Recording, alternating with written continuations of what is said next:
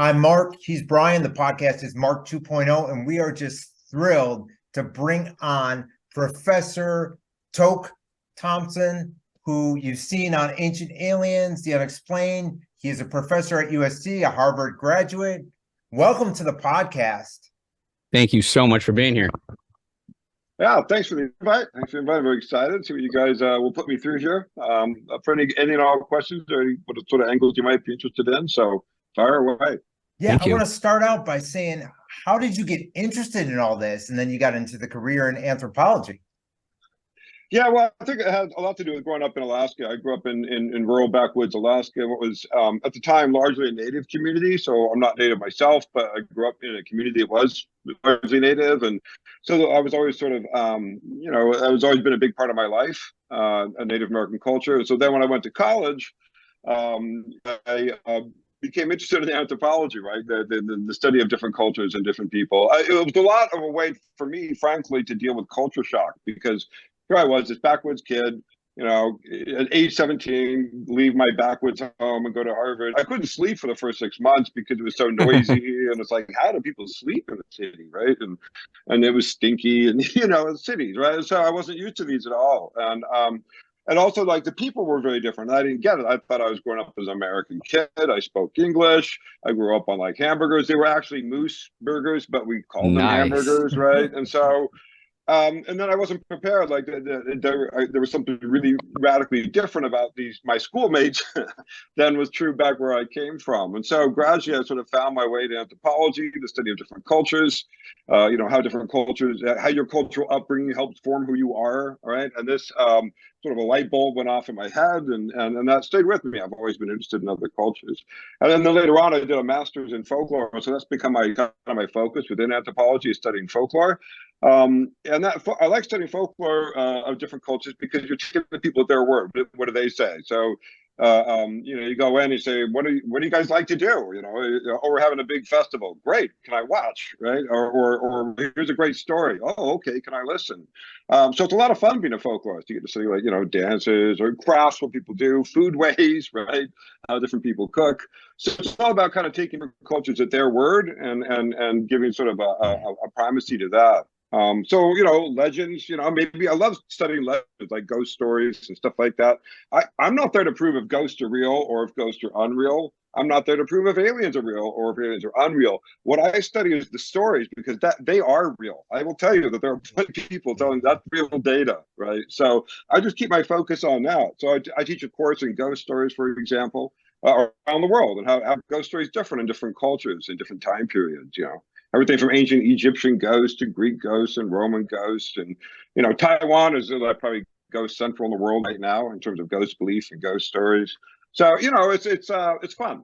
Folklore is a great, fun career for me to have. And I can't imagine a more fun career as a professor.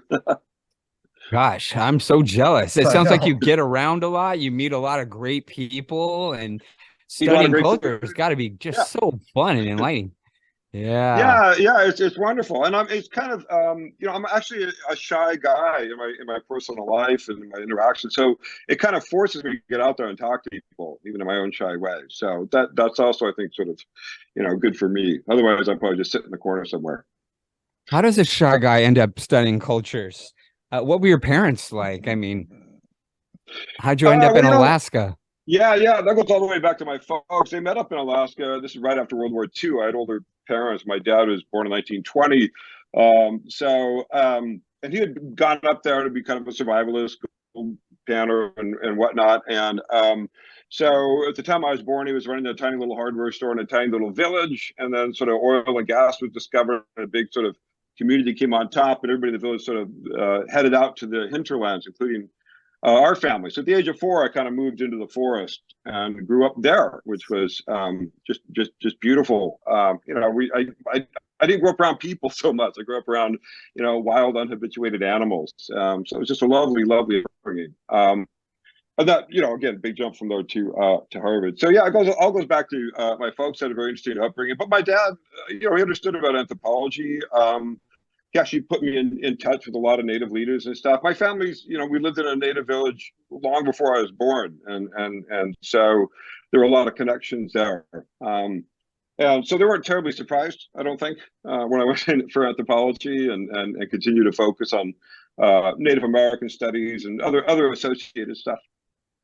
Yeah, that made you like the perfect person to be an anthropologist. Do you speak like several languages and stuff? And yeah, I try. It's a good way to, I think, to understand one's own, thinking, to get better, really, because the language is sort of, whatever language you use is going to structure, how you can express your thoughts. And if you want another language, you can express your thoughts a different way. And in some ways, you kind of have to express your thoughts a different way. So, for me, like learning other languages, especially radically different languages, like different language families, then it's like, wow, that's how the world works in this language. And so for me, it's a way of understanding, the human potential, the human diversity, and what all's out there. So I'm a big advocate for minority languages and like indigenous language revitalizations. I work a lot with that. That's awesome. I do work in Ireland as well, and that's where I did my grad work. So I work there again with the Irish language. So I speak Gaelic. I speak a bit of Denaitna, which is the local language from where I come from. I spent a lot of time in Ethiopia, so I have sort of conversational Amharic. But the Irish thing was fantastic. So there's a lot of the indigenous language revitalization there has state support, right? It's the official language of Ireland. So there's a lot of money for their language revitalization. So they've been able to do a lot of stuff. And so I'm trying to have a long-term project of looking at what they've been doing and then saying what kind of lessons can we draw for this for other languages, particularly like Native American languages. The US is number 2 in the world for language loss. So this is an ongoing thing. We're continuing to lose our native languages. And here we are, the wealthiest country. So I think it's an absolute travesty. Would you blame the schools on that? What's that, sorry? Would you blame the schools for dropping the ball there? Well, man, there's so many factors. The boarding schools that were designed to take away Native American languages. This is the whole stolen generation thing. This is federally funded. There was, decades-long federal funding to try to eradicate Native American languages. It was well-funded and largely successful. And so, we're just trying to turn the corner from that now. For example, the language that I work with in my hometown, Denaitna, it used to have an area that would be, bigger than most European countries. It had thousands and thousands of speakers. It's down to 6, like first language speakers, and they're all very, very elderly. Few learners, some people are kind of approaching fluency, but I mean, the whole package of people who could have a conversation in Denaitna is definitely like under 20. So this is true with several languages, and one thing, I'm learning this language, and there's so much beauty in it, and there's so much to learn by thinking through that language, and the idea that this could like get snuffed out of existence is just I don't know, bothers me a lot. So I push myself. Some people are like, oh, you learn languages easily. I'm like, no, it's very hard work. I don't really have that good of a memory. I have to like flashcards, and but I try to keep at it because I care about it. I believe in it. And when the societies now are mixing a lot, I've noticed cultures being mixed a lot. What effect does that have? Is that positive or negative? Oh, both. But I think there's a great advantage to the whole global possibilities of the internet, and people can take in other cultures and news from other parts of the world, and they can form personal connections with people in other parts of the world. And that was never true when I was growing up. I never would see firsthand videos of what was going on now on the other side of the world. So I think kids growing up in this environment are much more aware of the world and other perspectives, right? And so it gives an opportunity for minority groups like, say, Native Americans to put their stuff up there. It doesn't mean people may or may not go view it, but some do, right? And so it definitely allows for a lot more intercultural learning. And this is always interesting, because if you learn from other cultures, then that becomes a part of you. And so we're growing a sort of global culture, and it's happening very rapidly. That's not saying it's going to be all the same everywhere, not at all, but there are these global links between all these different groups. So that's an interesting point, because now we've got like global culture, global communications. We have a lot of global problems, right? I mean, global climate devastation and the Anthropocene and the 6th great extinction is all happening now, right? So this is a very critical time period. But we don't have global political governance, right? We have all these nation states still doing this stuff. So yeah, I believe that we are just at the beginnings of great societal change. Do you think that the cultures should be preserved? that the ancient cultures and their ways should be I, preserved. I would use a different word than preserve. Preserve always sounds like you're sticking at one point in time, like, like got it. But cultures are lived; they're a living thing. So I like revitalized, right? Or even you hear about decolonization. But these are, cultures are living things, right? You look at, for example, Native American fashion. I'm not really a fashionista, but I think it's a great thing. It's a very active, vibrant, a lot of Native American fashion designers. And fashion is all about, like, what are people going to wear next year, right? What are people going to wear in the future? So there's a future for Native American cultures. There's a future for all these indigenous or minority cultures of whatever thing. And so, that future is not going to be preserved. It's not going to be exactly like it was in the past, but that's exciting, right? You want to grow, you want to change, you want to develop. Do you find that most cultures want to kind of relive the past a little bit to remember? I mean, I know traditions are important. That. Yeah, traditions are important, but traditions aren't exactly like history, and that traditions aren't. A traditional isn't necessarily exactly what we did in the past. It's more like something we do now, like a celebration of it or something. Yeah. Yeah. I mean, if you have a traditional Thanksgiving dinner, that's a contemporary thing. You go and you do it, right? So tradition is always a contemporary activity, but it relates to the past, right? So you're not necessarily trying to do it exactly the same. I'll give you an example. Okay, traditional wedding. All right, some of your friend of yours is getting married, and the invitation says traditional wedding. You kind of know what to expect, right? It's going to be bride's going to be in white, right? And if that's this kind of thing. What it doesn't mean, it does not mean like we're going to do this exactly like as if it were in the 1600s, right? There will be no indoor plumbing, right? No, it does not mean that. You're going to have indoor plumbing, right? But it's still a traditional wedding. You know what I mean? I know exactly what you mean. Yeah, it is. So tradition is always evolving, right? Traditions are always changing. It's like languages. Languages always change, right? Languages are always, if they're real and active and healthy, they're always adapting and changing. And I mean, think of how much English has changed in the last 20 years, with all these new terminologies and computer stuff. In the last 6 years. Yeah, exactly. I mean, if I backed up to myself in college and I heard myself talking now, I would understand half of what I was saying, right? It's hilarious, really. You can always tell what's going on by the language, really. So you've been in this for you seem extremely knowledgeable. How long have you been doing this at this point? This whole well, I've been at USC for 18 years, but I'm old, and so I went to I got my AB from Harvard in anthropology in 1988. So I've been at this a while, and it's been a great ride. It's a lot of fun. I always hear about everything that makes us different. What are the things that make us the same? What can you enlighten me on that? Well, people are people. I'll say that. You've always got the range in any community, right? You've got the guys who have the anger management problems and the guys who are the problem solvers, and you have that. Now, the different cultures are going to celebrate or interpret or encourage or discourage different behaviors, but you still have that range of the personality types, right? I mean, one thing I like to think of is that you could imagine that you had been born into a radically different culture. And that's why I always like to approach a culture. Like, what would I be thinking if I had been born into this culture and this had been my life experience growing up, right? And so I always like to think about that to try to understand different worldviews. That's amazing. That's amazing. Wow. So Alaska, me and Mark were talking about another interest that you had, something that's been making the news quite a bit. And if you live in Alaska, you know about these sorts of things, lights in the skies, weird occurrences, especially I spent a lot of time looking at a place called Nome, Alaska. And there's a lot of, shall we say, FBI agents that seem to go to Nome, Alaska. And I wonder why they're there so much. What do you think that's about? Well, I saw studies about UFOs and stuff. And there were a lot of people in Nome, Alaska. And that was particularly interesting to me because don't you have to fly into Nome? Can you even Yeah, you have to. There's no road to Nome. You can take a boat or fly. That's it. Dog sled, that's it.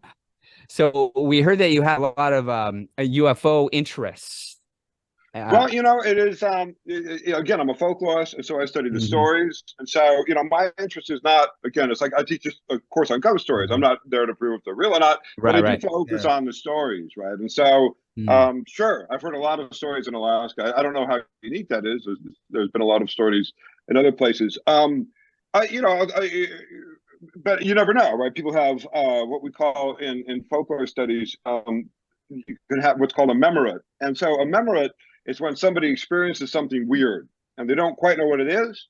And very often what happens is that either they explain it or other people explain it in terms of an already existing narrative. So that always comes up somewhat. So if somebody says, wow, I saw these weird lights, and somebody else says, oh, dude, that was a UFO. And then that gets sort of translated into this. Now, maybe it was a UFO. But what I'm saying is, you look at sort of two levels. One, the personal experiences, and then two, the narratives and how those narratives get shaped very often by the wider community. Right? Because people chip in. Like, oh, when I was over there, I didn't see anything. Oh, I was over the East and I saw even more. Right. So these things are very often sort of socially built. You get people together at a session and they build this knowledge. They build these stories and these understandings of what happened. Now, again, maybe that's because there are UFOs. Maybe it's because it's secret government technologies. Maybe it's will-o-the-wisps. I'll give you an example. A couple of years ago, I got a call from my brother.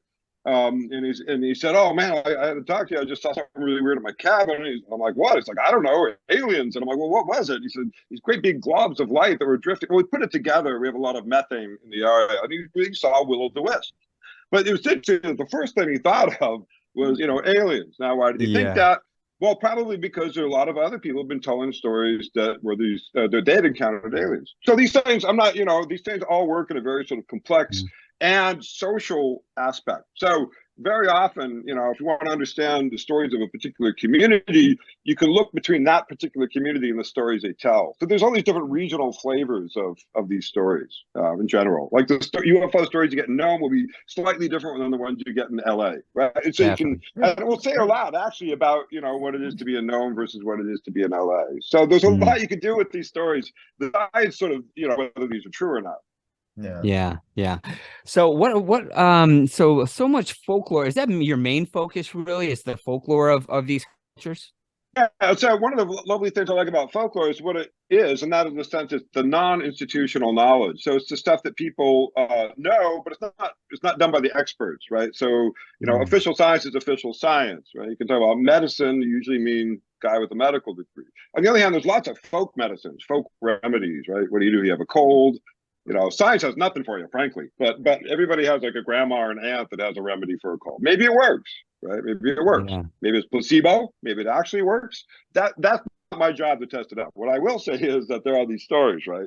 There are these beliefs, and I love that. So folklore is kind of a weird thing to study in the university because every other discipline studies sort of the official knowledge, right? Geology, the official knowledge of rocks, right?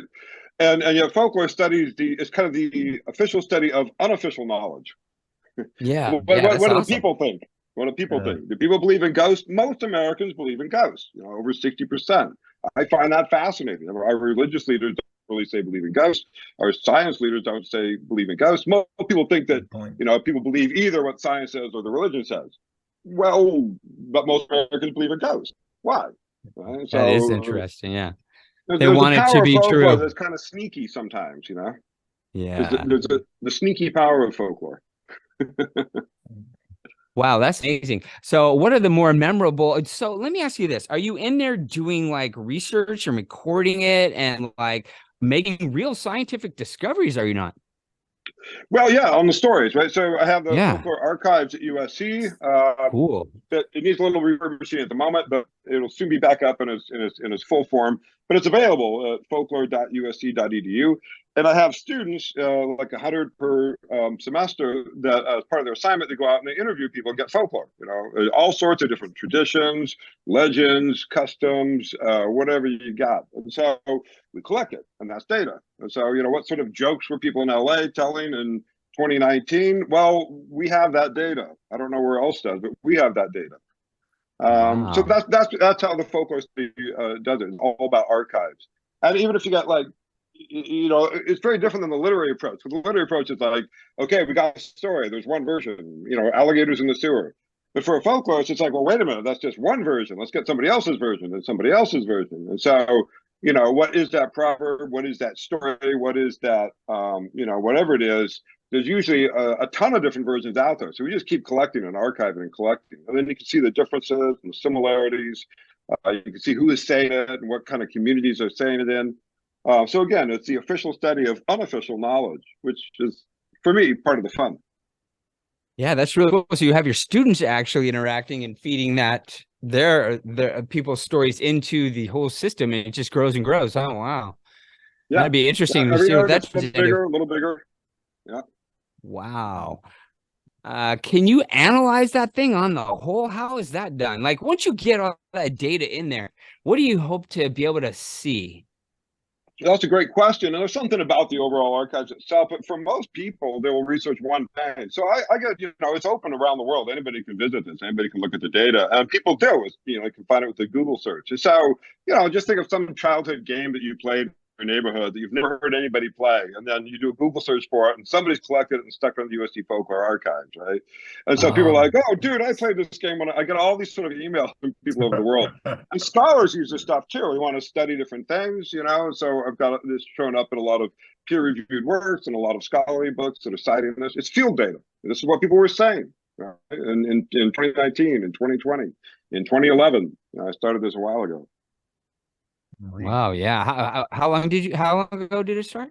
Let's see. When I got it fully up and running, it's been about over 15 years, I think. Wow. So it keeps growing, like I said, and the hope is to keep growing it, and then keep that data. What do people actually believe? What do people actually say? Now, you said you went over to Ethiopia. What was that like, and what brought you over there? Because I had friends. That was great. What a great experience. And so I was brought over. They were expanding in their folklore studies program at Addis Ababa University into a PhD program. They had a lot of grad students that had MAs, but they didn't have a PhD program. And yet to do that, they didn't have a lot of professors on staff, and so they put out kind of an international call for visiting professors to come and teach sort of intensive courses to their grad students. So it was a great opportunity for me. At that point, I've been living in Oakland, going to UC Berkeley for a while. I was living basically in Little Ethiopia.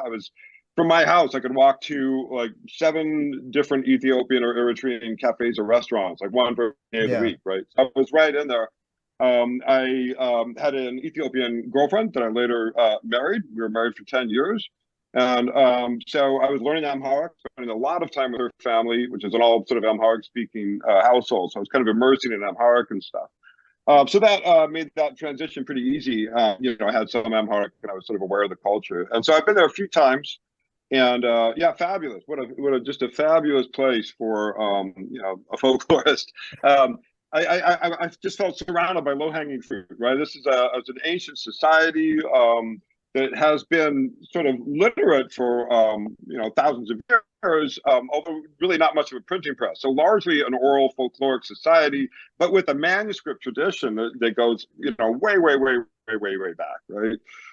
Basically as far as you can go, and with all these different ethnic groups and language groups, and so just a fascinating place for someone to do study. So that was a tremendous experience to get to be there. I've also done kind of similar stints at University of Iceland. I've been there a few times. Last one was on a Fulbright grant to teach there, and I work a lot with them and some of their grad students and things. So my good buddy from grad school at Berkeley is now the professor and chair of folklore studies in Iceland. So I'm kind of a regular on that circuit. And then of course, Ireland, where I have my ongoing research studies. And Alaska, my home community, the home native community, where I like to hang out most of any place in the world.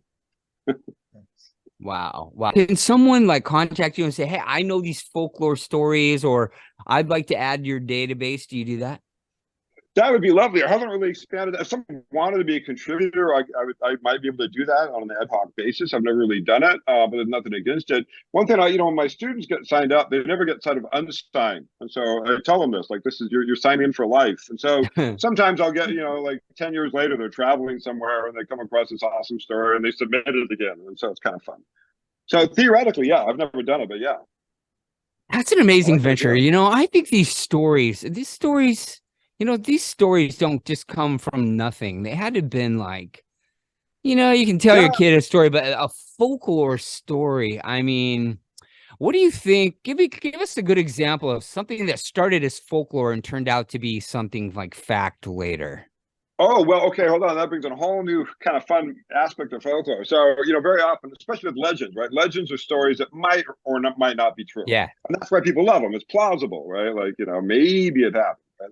That's what the fun is. So people gather together and they tell these stories very often to kind of establish what to believe. Right? Somebody tells you a ghost story, they might even say, "Look, I don't know if this is a ghost, but here's what happened to me. What do you think?" Right? This sort of thing. So again, you're sort of establishing this with the group there. Sorry, what was the question? I'm getting away from the original question, I think. Oh, about truth. Okay. Yeah. So one question is, did it ever happen? Right? I mean, did this school bus ever, fall off the cliff here, or were the ghost children supposed to? Okay, that's one sort of thing. But another sort of thing that happens a lot in folklore, and that's the first big mistake people What often about make. something they can't explain, but it kind of comes out scientifically later or more logically later? Oh, that happens all the time. So Yeah. there's a really slippery slope between what's folklore and what's science, right? What used to be science has been disproven. Now it's folklore, right? What used to be folklore sometimes gets proven, and now that's science suddenly. And it's contested, right? One study comes out that suggests that this tale is true, and then there's a very interesting push and pull between what's considered folklore and what isn't, and that's really fun to observe. But let me tell you about one other thing. So legends, maybe they were based on a real thing, maybe they weren't. But here's what also happens. Sometimes people like the story so much they go out and make it happen. Oh. This happens actually a lot. So this is called ostension. When the story is there and then people kind of go and act it out, and now it's true. Now it's actually happened, right? Because, it's like Slender Man kills children. Well, he didn't until some gal killed him. Dresses up as Slender Man, right? Yeah. And so now Slender Man has killed children. Yes, so ostension happens kind of regularly. So that's another thing, right? And let me give you a story. Like, let me see if you know this one.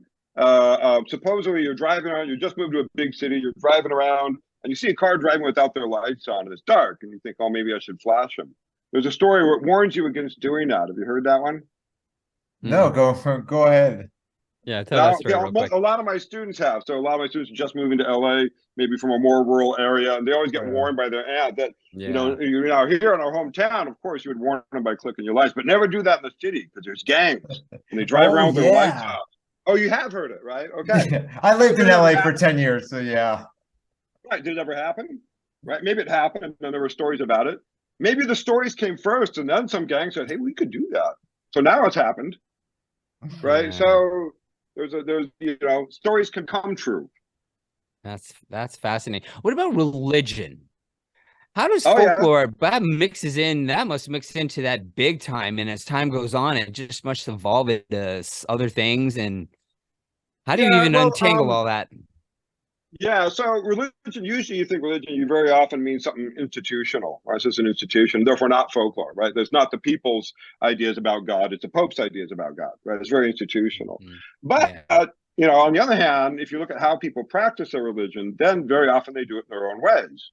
This is kind of folk religion or vernacular religion. There's lots of saints, for example, that aren't recognized by the Catholic Church, but people still pray to them. They're real to these people, even though the church says they aren't. Well, then you're talking about folklore, right? They're praying to this. There's a narco saint that the drug dealers that they're smuggling over pray to. He's supposed to protect them. This is not an official, saint of the Catholic Church, but for them, they are being a good Catholic Christian by praying to this saint. So that's folk, right? It's not the institution. You can separate those two. And very often there's this uneasy dance between the two, right? If somebody all of a sudden have a Marian apparition, right? Everybody sees Mary in the sky or in the clouds. And the church is like, we didn't really sanction that. Maybe it's real, maybe it's not, So there's very often this sort of, dance between those two in religion. So religion can be institutional, but it can also be folklore. If you look at how people themselves do it, then that's very often different than if you study what the church says they should be doing. And like when I hear like folklore, I think of like societies like the Native American, Indian. I think they Yeah. had so many stories, and it Yeah. was almost like a religious thing because they had Oh their yeah. Oh yeah. people coming down from the stars, and and Well, religion, I study mythology. That's another sort of big topic. Besides mm, legend, you have mythology. And mythology is a little different. It's not really about whether it was literally true or not. It's usually about sort of, here's how we were created. Here's what the universe is. Here's, what God or gods or whoever put down. And therefore, here's how we're supposed to live our lives. So this is sort of sets down the rules for culture in these very unconscious ways, very often.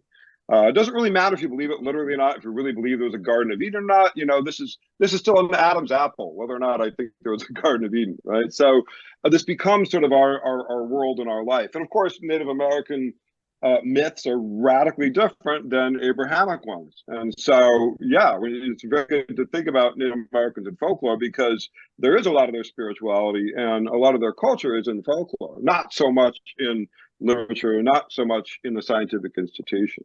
Of course, now we have Native American authors, wonderful. We have Native American, professors, fabulous. But still, that's not the emphasis of the culture. It's never been on writing. It's been actually on performance and oral performance. And so they are much more sort of folklorically, they emphasize folklore more, I would say, than Western culture had.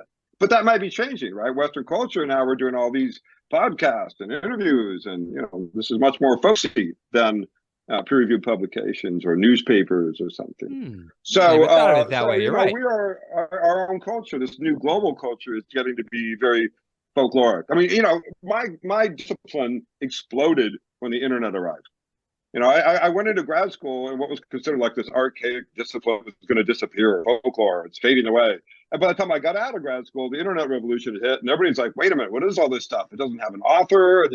And folklore's like, "Yeah, hello, welcome to folklore." So our world has gotten a lot more folkloric in many ways. A lot more. Think of all the different subcultures on the internet and the different legends and the different subcultures on the internet and creepypasta and all these sort of things. So that is a lot more of our world now, which is another interesting thing about the whole cyber world. We're in a sense returning a bit to our roots.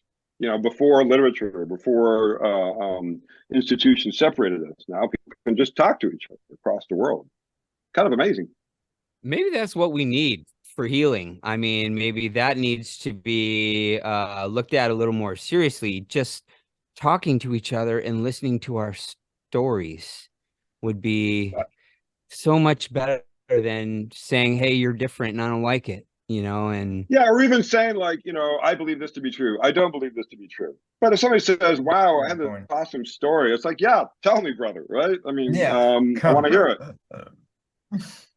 Yeah. What do you think, being such an expert on cultures, what do you think the world needs to do right now to start healing? Because yeah, that's a tough question. I think there's a few, there's a lot of this nostalgia for the old ways. There's a lot of fear about this new world we're entering because it's going to be a radically different one. I mean, it's just very, very clear that the old rules that were around when I was a kid are not the rules for the future. And so we're in a moment of profound cultural transition, more profound than, when the printing press by far. And you can think how that transformed medieval Europe into modernity. I think there's a more profound than agriculture, which transformed human populations across the planet. I think we're right now going through the single largest change in human culture and communication. And so I think the biggest lesson is don't expect the future to look like how you grew up. It's not a time for nostalgia, really, No, in that sense. It's a brave new world, and I think we have to sort of march bravely forward, and our kids are going to act radically different than us, and we're going to have to be able to go with that flow. It's going to be a big flow, a big current of change. So hopefully we can learn to listen. And that's there's a lot of impediments. There's we got some major problems to deal with. I hope that we don't let the old.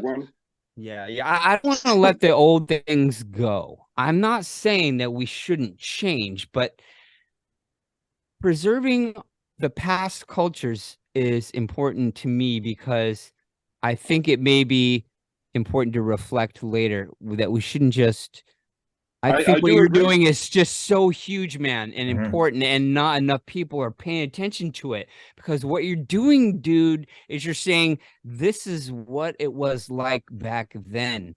And people are contesting history right now, and I don't like it. I know history is written by the victor.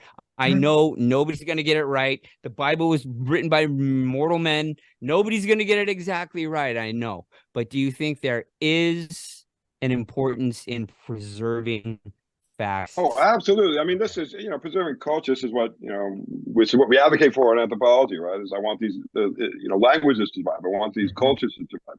Sure. But, again, they're not going to be the denying of culture in 200 years from now will hopefully be around and thriving, but it's not going to be the same one as today.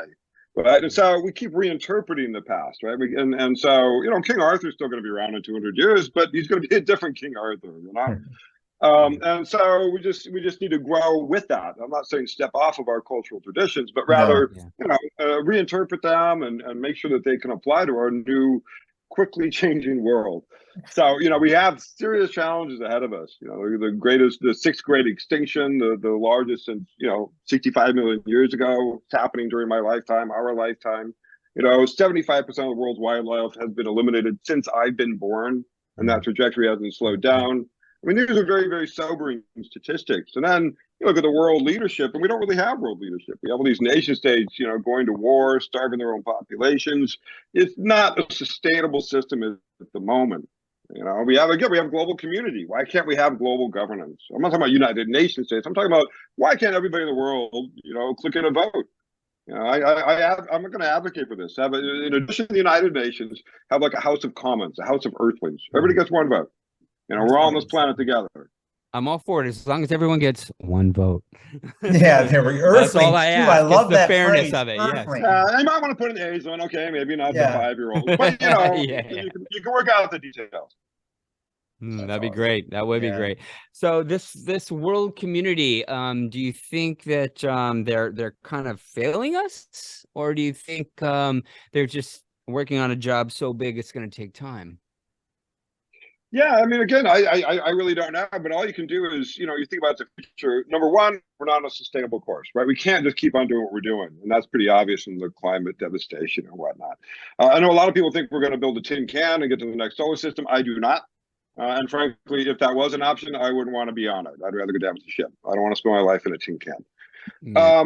And frankly, like I like to tell people, we are in the best spaceship you could possibly imagine. All we have to do is take care of it. Well, we're failing, right? So at this point, because of that, I think it necessitates us to all sort of focus on that. I guess that's my point. What do you think the first step is, Tok? Start talking about it. I could advocate online. Hey, let's get the House of Earthlings, and in addition to the United Nations, one other vote. And even if the United Nations doesn't recognize you, who cares? If you have 8 billion people end up voting, they're going to have to pay attention, right? And there's already, political parties that span the globe. The Green parties in many, many different nation states. But whatever. I'm not saying just the Green Party, but all these different, the indigenous groups or the global phenomenon. So you could envision this and we could advocate for it, because again, maybe other people are going to have better ideas of what we could do in the future. But if you're asking me for pragmatic steps, again, we have a global community. We can all talk to each other. We've got global problems, but we don't have global governance. Yeah. Yeah.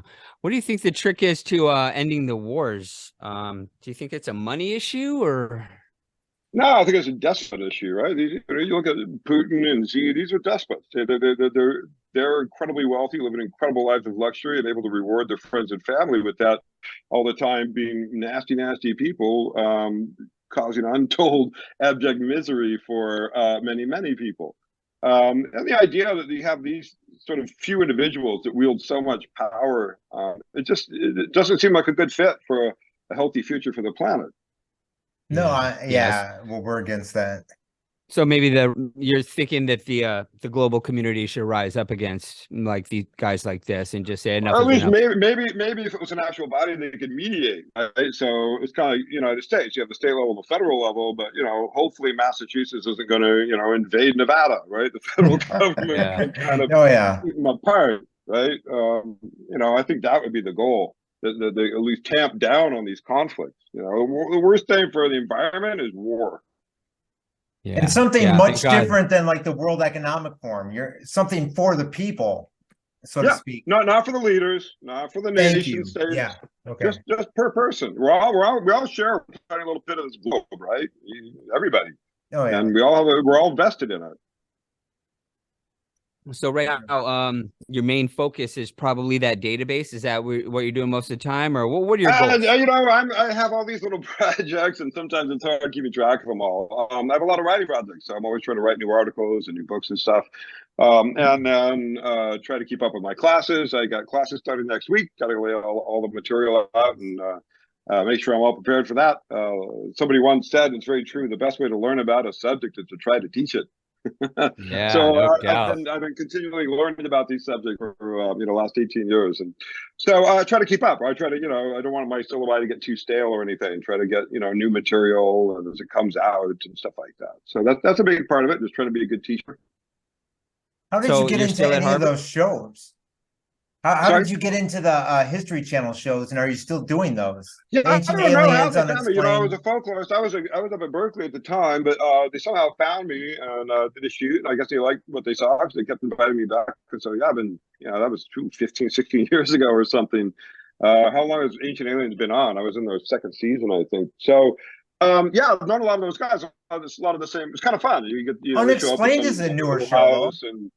Sorry, UnXplained is a newer show, which is the one that Shatner narrates. That's a newer show. Yeah. And so and the UnXplained is done by some of the same production company. And so I've been working with a lot of these same people for years. It's always so that makes it fun. You show up, and you're like, hey, how's it going? You can have the chat, catch up a little bit. That's so cool that your education could point you in all these different subjects. I mean, culture. It's just such a broad term, culture. And then, when I go up to Alaska in the summer, when I was 11 years old, I grew up, it was very rural, and all my family had commercial fishing, commercial fishing boats. And so I still do that. I still spend my summers in the commercial fishing industry. And I really appreciate that. It's just one thing, it's just a reminder of that, what it takes to put food on the table. And, and those sort of occupations and those sort of livelihoods and those sort of people. And so, I like to be in touch with all sorts of different crowds if possible.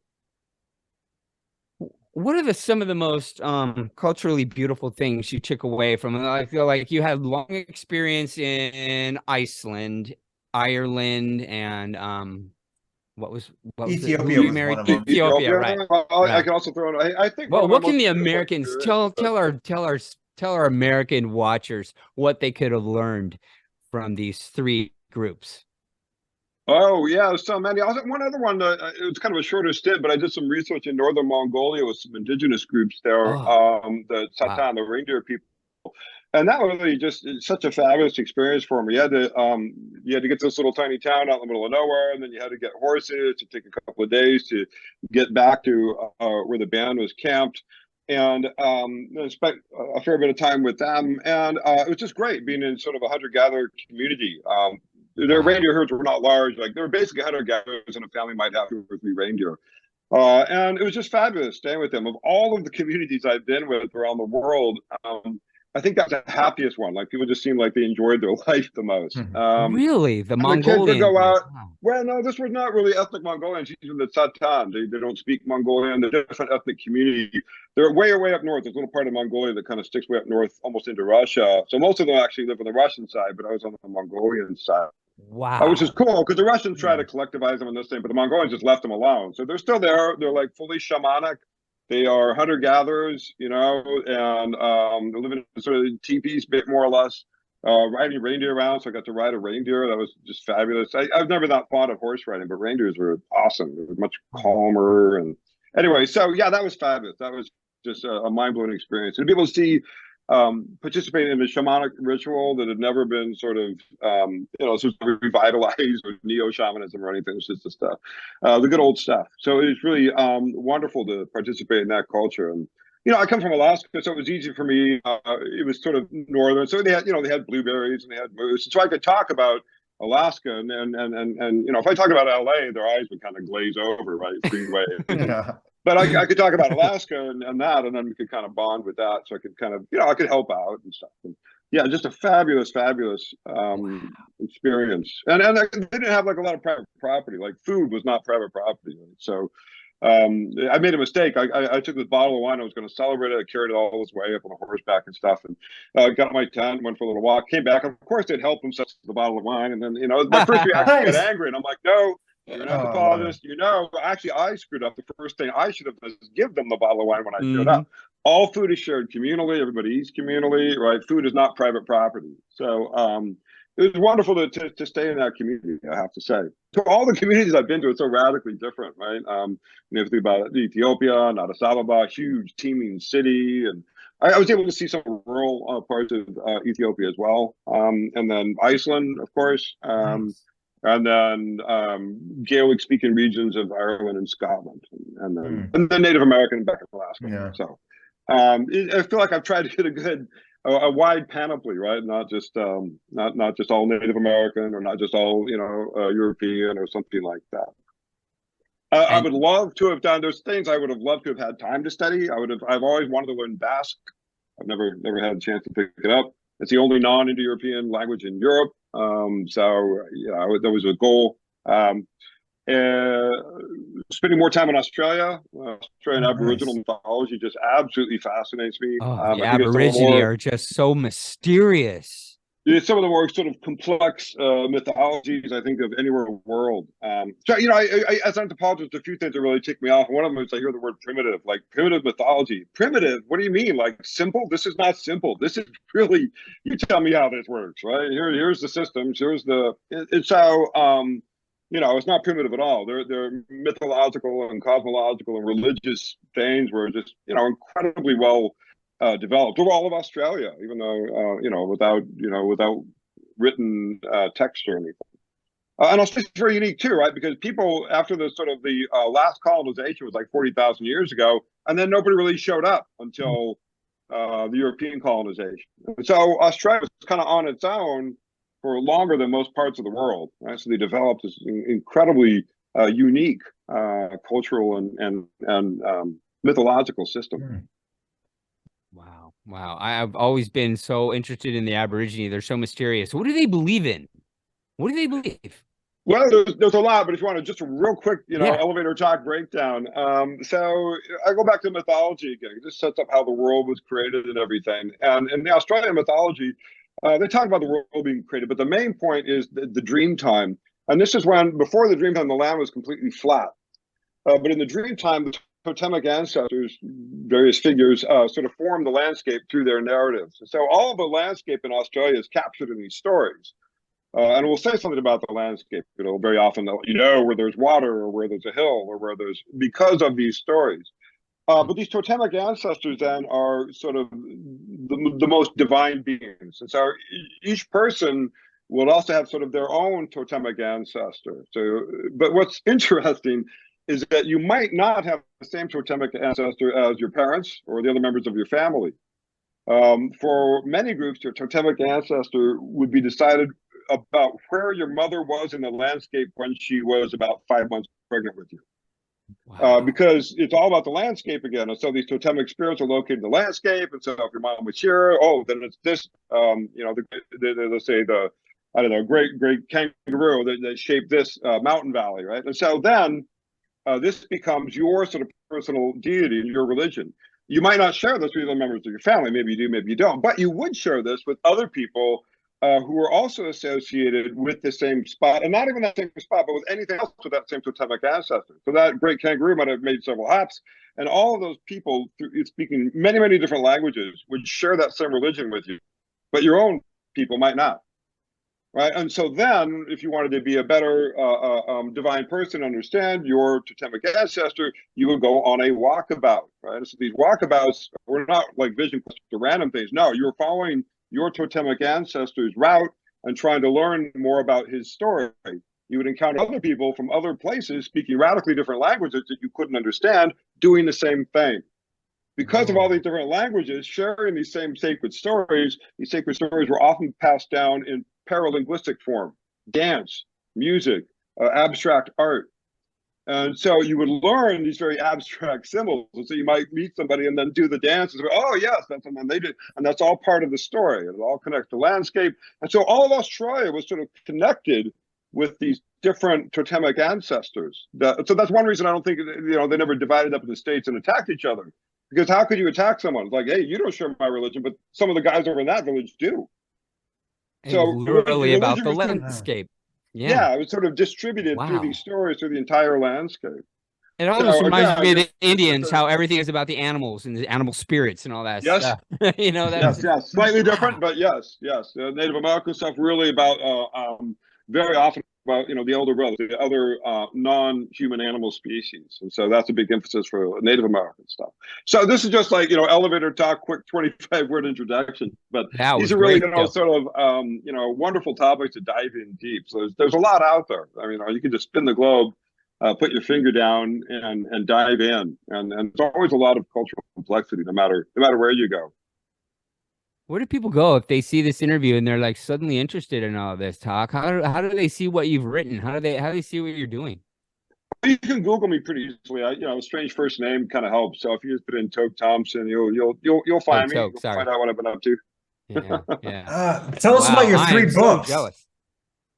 Oh, sure. Yeah, I got a couple of recent books out, and one was co-written with Professor Gregory Schremp, and it was The Truth of Myth, where again we look at mythology, different mythologies around the world, and how these shape different understandings. So it's kind of what we talked about already with, Abrahamic versus American versus Australian, and so they shape up these different cultural patterns. And then the more recent book I did was stuff on my own research, which is post-human folklore. So with post-human folklore, I'm kind of looking at 2 angles of post-humanism. One being the animal turn, as it's sometimes called, now that we know that animals are actually much more like us in thought and emotion than we had thought before. This has all been developing very, very rapidly. When I was a kid, it was, man, the tool user. And now we know that, crows make tools. They have fish using tools. So, a lot of these things, dolphins give each other names and remember their personal names for 10 years. Orcas have learned to speak dolphin in captivity. There's just this rich cultural world of animals and folkloric world of animals that we're just now beginning to be able to listen to. Don't get me started on the plant stuff. That's also pretty amazing. Wow. Plants actually communicate and share information.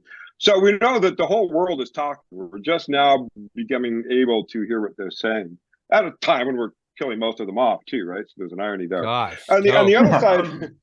That's big. 10 years of that study would be fascinating, man, to see what comes out of that. I've never even thought of that. And so much is coming up all the time that it's almost like a full-time job just for me to try to keep up with all the recent research coming from animal behavior studies and animal psychology and all this sort of stuff. So animal culture, animal folklore is sort of this new thing that we're just becoming aware of. We used to have this idea that they're just in the wild. It's like, no, they're not in the wild. They're in social groups.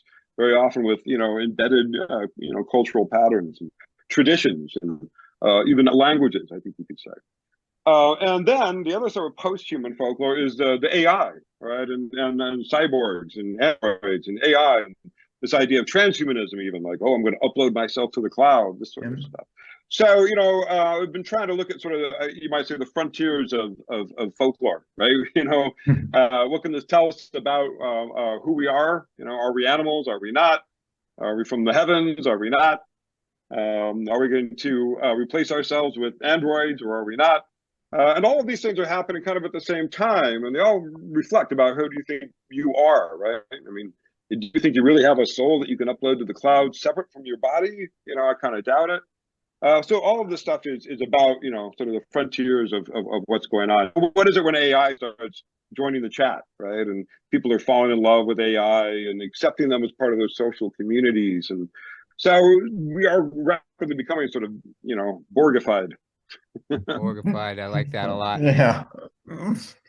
And I like listening to you because you're not like, this is how it is. Everything is fluid with you, and it's moving, it's in motion, and it's always a learning experience that never stops. And it's like I like your teaching style because of that. Same here. Oh, thanks, man. I'm an eternal student. I'm just always curious what people are up to.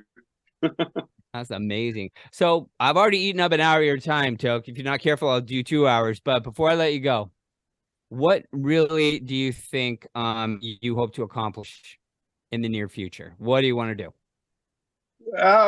You know, I'll tell you this. I want to do my best, and that takes many, many different forms. But I wake up in the morning and I just, you know, try to get out of bed, get that cup of coffee, and go do my best. And I keep trying to do that, you know, in terms of trying to improve what I understand about the world, how I can be a better teacher, how I can be a better communicator, getting science out there.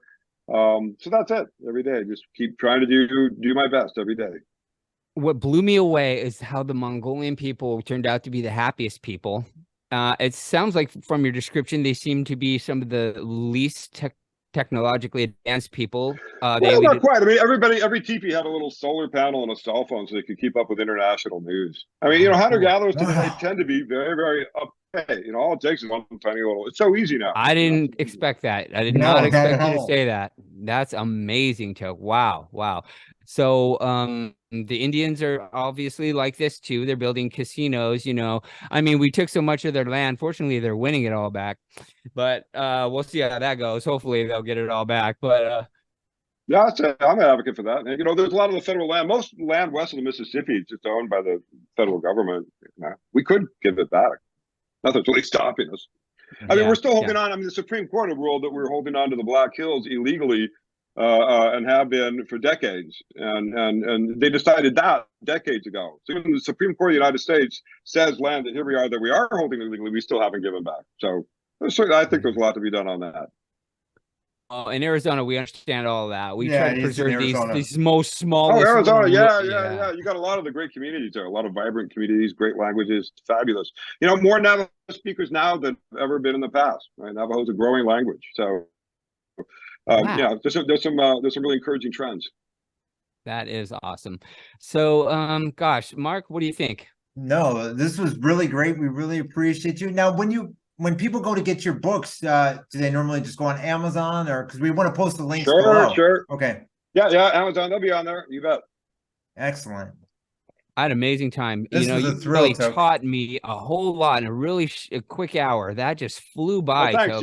You guys are great interviewers, so I appreciate you getting me into all these great questions. So appreciate it, guys. And as someone who's been, you know, I've been over to Vietnam, and that's pretty much the only place I've been. But I used to watch Globetrotter all the time. You know, that TV show. So I would see all different types of cultures on there, and it's just such a thrill to actually talk to somebody who's been to these places. I mean, even the Ethiopia one, I used to always rent at the library. So I know what you're talking about with Ethiopia. So yeah, wonderful, wonderful country. Highly recommend going. You get a chance. Once you get a plane ticket, once you get there, everything's pretty darn cheap. So yeah. Wow.